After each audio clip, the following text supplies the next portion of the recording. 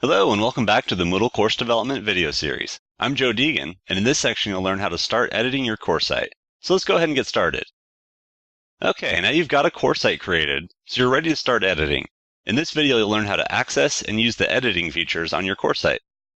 Once you've got your course site created, one of the first things you'll want to do is to start adding text and graphics to the page.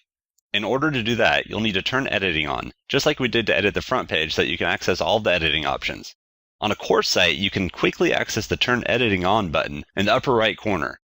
Or you can also go down to the Current Page Settings block and access it right here, Turn Editing On. So I'll go ahead and click that. Now that I've got my editing options, I can start adding text to the page by clicking the edit icon in the section that I want to add text to. So I'll go ahead and click the edit icon so I can start adding some text. After clicking the edit icon, I'll be brought to this page where I can enter a name and the content that I want displayed in that section. So we'll start out by entering a name for the section. If you leave the default section name option checked, like you see here, then Moodle will use the default name, which would be topic 1, 2, or 3, depending on which section it is on the course site. So if you want to give the section a different name, then you can unselect this option and type in the new name here. And then after entering the name, you can enter the content of the section in the field you see here. And something great about this is you have all these tools to do things like format text, add multimedia, graphics, and tables. After entering all of the content, you can click Save Changes, and you'll see it appear on the course site. So I'll go ahead and click Save Changes. And there you have it right there on the course site. Now if I wanted to move this section, say I wanted to move this example section down to the bottom of the page, I can click on this Move icon and drag it down to where I want it to be. So if I wanted it all the way at the bottom, I would drag it down here and then drop it. And as you can see, it's been moved.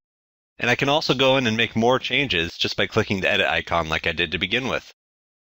After adding your text and graphics, the next step in setting up your course site is to add any activities or resources you would like to use as part of the course. So once you've got editing turned on, you'll be able to access options to add activities and resources in each section of the course, as you can see here. All you'll need to do is just click on the Add an Activity or Resource option, and then you'll be brought to this page with a whole menu of activities and resources. We'll talk more about these options later in the course, but to add one of these activities or resources, you simply select it from here. So I'll click on Glossary, and then you go down here and click the Add button. But if you'd like to know more about what each of these activities and resources are used for, you can read the description here. Then after clicking the Add button, you'll be brought to the settings page for that individual activity or resource where you can start setting it up for your purposes.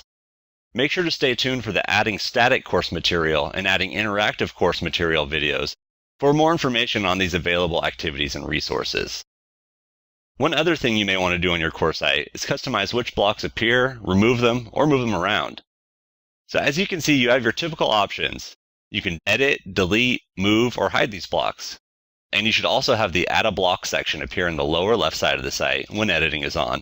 And you can use this to add any other blocks that are already available in the system. And like I said, we'll talk more about this later. But for now, you can take a browse through the menu and see what's available to you. Okay, time for a little practice. Go ahead and start editing your course site by adding text or graphics to the page, reading the descriptions for various activities and resources, and learning more about what blocks might be beneficial for your courses. Now that you have your course site set up, you're ready to start giving people access by enrolling them as students and assigning teachers. We'll learn all about that in the next video called Enrolling Students and Assigning Teachers. That's it for now. I'll see you in the next video.